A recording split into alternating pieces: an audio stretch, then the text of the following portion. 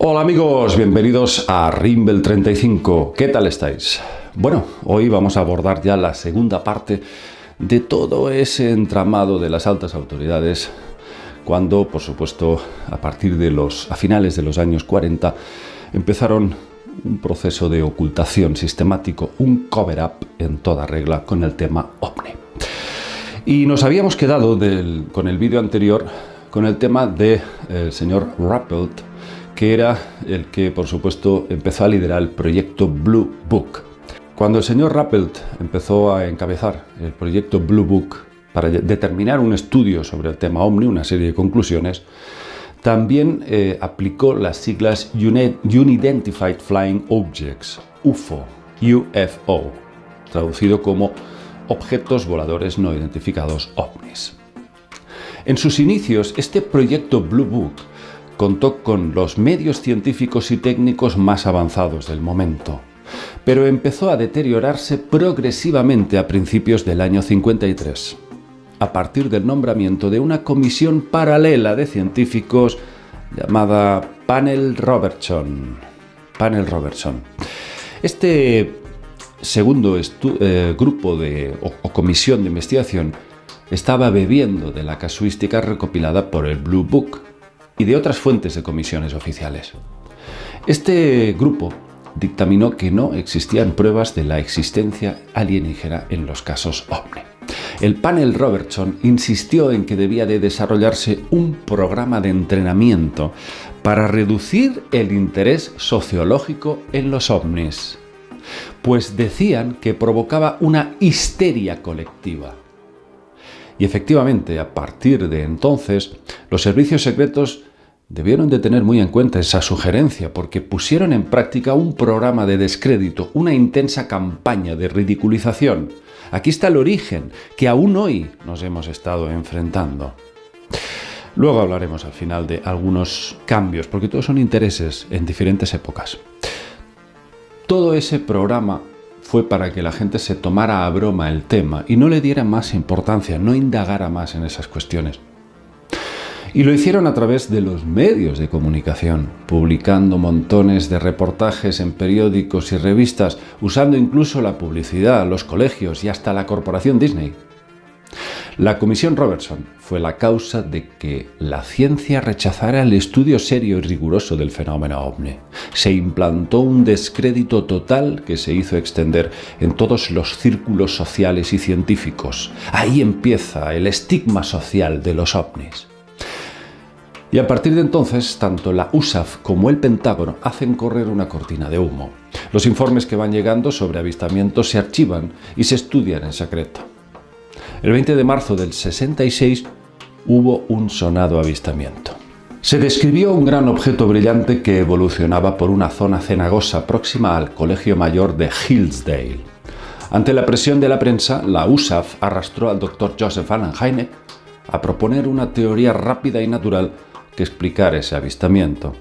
Y no se le ocurrió otra cosa que relacionar los ovnis con gases de vegetación descompuestos, que al combustionarse se convertirían en bolas de luz, el famoso gas de los pantanos. Bueno, la verdad que la opinión pública nunca aceptó esa teoría y Hynek fue diana de muchos insultos. Pero está claro que Hynek en esa época aún no había abierto los ojos, aún no era consciente de la gran manipulación y ocultamiento que se organizaba detrás del tema. Hynek era un científico honesto que hasta ese momento se vio arrastrado por la presión de la USAF y por su desconocimiento sobre la verdadera naturaleza de los ovnis. Así que estaba metido entre dos frentes, pero pronto iba a despertar sobre cuál era el bando a quien pronto defendería. Décadas después, el Dr. Hynek hizo las siguientes declaraciones sobre la política de ocultamiento de pruebas de los estamentos oficiales. Os leo sus palabras. Conozco bien su misión. Les han dicho que no asusten a la gente, que no fomenten la alarma. Lo he visto con mis propios ojos. Cuando se encuentran ante un suceso que no pueden explicar, y no son pocos, se inventan una explicación. Ha sido así. Cuando los acontecimientos son muy difíciles de explicar, son capaces de dar auténticos saltos mortales para excluir toda posibilidad de duda. Esa es su misión, por justa o equivocada que parezca. evitar que la gente se alarme. Pero Blue Book seguía en operativo, aunque cada vez más degradado. El espaldarazo final que acabó de disolver el proyecto fue por dos razones. En primer lugar, por el nombramiento de un nuevo director, el mayor Héctor Quintanilla, que estuvo al frente del año 63 al 69. Y otra segunda razón del deterioro. La causa final fue el tramposo y absurdo dictamen del profesor Edward Condon. Fue tremendo. Vertió una serie de barbaridades a la opinión pública.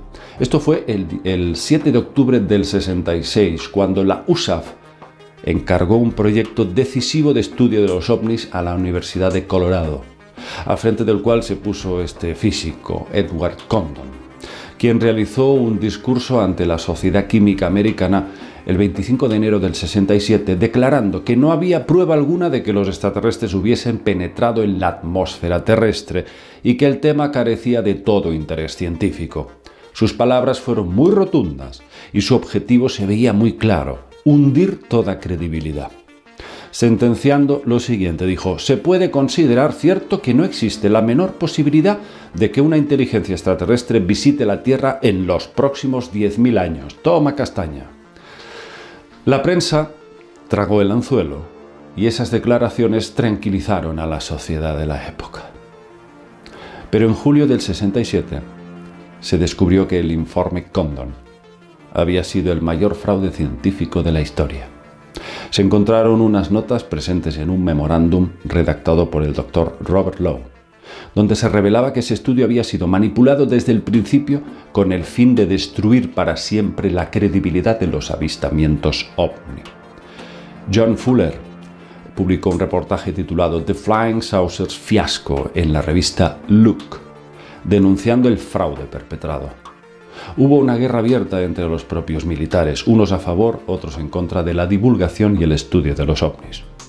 Uno de los más incansables defensores del origen extraterrestre del tema fue el mayor Donald Keyhoe.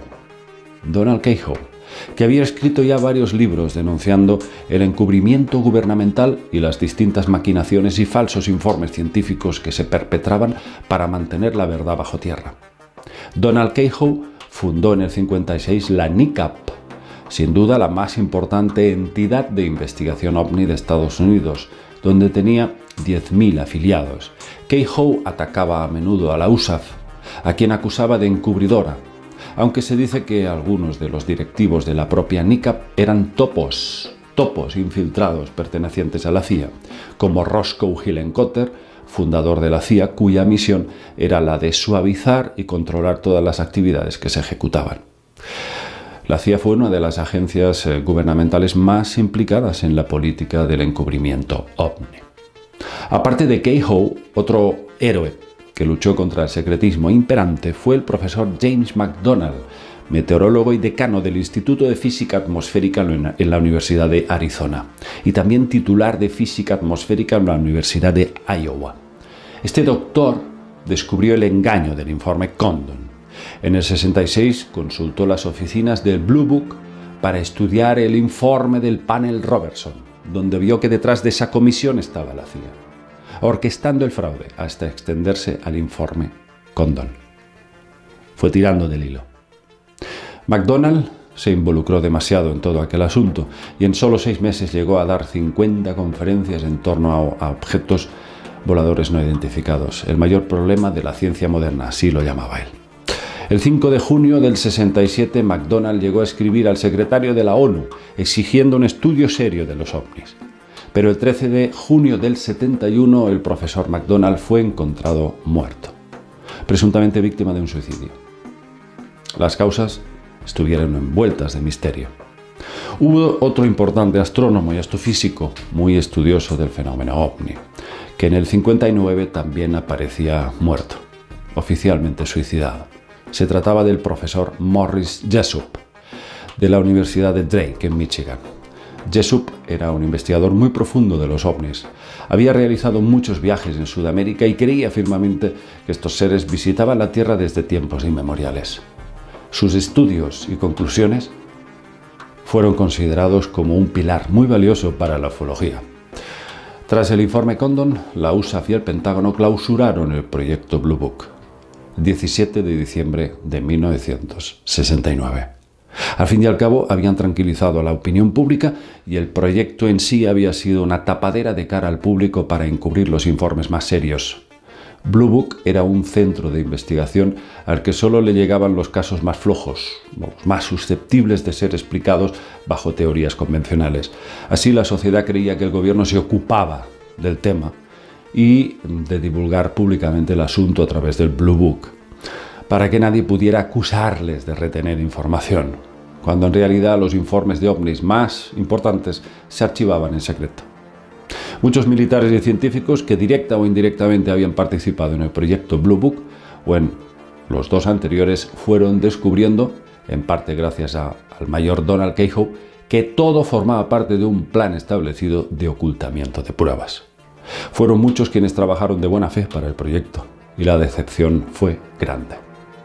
Pero ¿cómo pretendían que el proyecto Blue Book divulgara pruebas de la existencia de esos seres cuando desde mucho antes de su fundación existía una normativa establecida por los jefes de Estado Mayor del Ejército llamada la JANAP 146, una ley que castigaba con una multa de $10.000 y 10 años de cárcel a quien comunicara el avistamiento de un ovni más allá de los límites de la USAF o del Ejército? La JANAP 146, la Joint Army Navy Air Publication 146, eran las siglas de un documento del Ministerio de la Marina que enumeraba las normas de comunicación que debían establecer las fuerzas navales y aéreas al hallarse ante situaciones que pudieran constituir un peligro para la seguridad nacional. Una de esas situaciones podía ser un contacto extraterrestre. Las comunicaciones del JANAP 146 se dividían en dos variantes: la CIRBIS, Communication Instructions for Reporting Vital Intelligence Sightings, que versaba sobre comunicaciones efectuadas desde tierra o aire, y la segunda es la MERINT, que se refiere a comunicación durante la navegación. En octubre del 69 se consiguió un documento secreto de las Fuerzas Aéreas que decía lo siguiente: los informes de ovnis que pudieran afectar a la seguridad nacional se hacen con arreglo al JANAP 146 o al Manual de la Fuerza Aérea y no forma parte del sistema del proyecto Blue Book. En otras palabras, Blue Book estaba excluido como receptor de casos clave. Solo recogía lo más insignificante, como tapadera. El propio Dr. Hynek reaccionó ante esa manipulación y se dio cuenta de que durante tantos años había estado trabajando para un comité fantasma, utilizado para jugar con la opinión pública. Abandonó la USAF y prosiguió en solitario sus investigaciones del fenómeno ovni, llegando a conclusiones cada vez más sorprendentes. Hynek declaró lo siguiente: cuando trabajé en el proyecto Blue Book fui testigo de la tácita confusión que envolvía el proyecto. Evidentemente hubiera sido desagradable aceptar que había algo que no se podía controlar. Era mucho más fácil etiquetar todo el asunto como histeria pública, alucinaciones e incluso propaganda subversiva. De este modo, y siguiendo las directrices del Pentágono, los oficiales del proyecto Libro Azul hicieron cuanto pudieron para minimizar los informes ovni conflictivos y publicar tan solo aquellos que podían explicarse fácilmente y que, por lo tanto, no eran informes ovni de capital importancia. Repetidas veces fui testigo de intentos deliberados de ocultar la verdad a los medios de comunicación sobre los informes de alta credibilidad y de la distribución de explicaciones ad hoc para los casos conflictivos. De vez en cuando salían del Pentágono unos informes exponiendo los casos resueltos y el engañoso bajo porcentaje de avistamientos sin explicación. Sin embargo, estos últimos nunca fueron mencionados explícitamente, sino que pasaban sin especial interés, sin que pareciera que afectasen a la seguridad nacional. Esto fueron palabras del Dr. Joseph Allen Hynek, máxima autoridad científica en torno a la investigación ovni del mundo. Para que veáis, amigos, que todo, como os he dicho antes, se mueve por intereses. Antes había unos intereses de ocultación y ahora hay otros intereses. Si ahora nos están mostrando buena parte de lo que tantos años se ha estado ocultando de los ovnis, preguntaos por qué. ¿Qué es lo que quieren a cambio? algo están buscando. Y esto, por supuesto, ya sabemos que huele o a Bluebeam o a algún interés especial de meternos ahora a los extraterrestres hasta en la sopa. Si antes lo ocultaban, ahora nos lo meten, delante de los morros. Por algo será que todo esto está pasando ahora y han hecho un viraje, un cambio absoluto. Lo que sí vamos a estar todos de acuerdo es que aquí de transparencia no hay ninguna, ni jamás ha habido ni jamás habrá. Por lo tanto, algo quieren de nosotros cuando cuando cambian las estrategias de la manera que lo están haciendo ahora. Por supuesto, vamos a tener la oportunidad de entrevistar a Chris Mellon, ex subsecretario del Departamento de Defensa de los Estados Unidos, el próximo 9 de septiembre en el Ufology World Congress. Voy a tener el privilegio de entrevistar a este señor y probablemente vamos a poder hablar un poquito sobre estas cuestiones que hoy os he mencionado. 2 vídeos, uno detrás de otro, hablando sobre la historia de cómo nos han ido ocultando todo esto.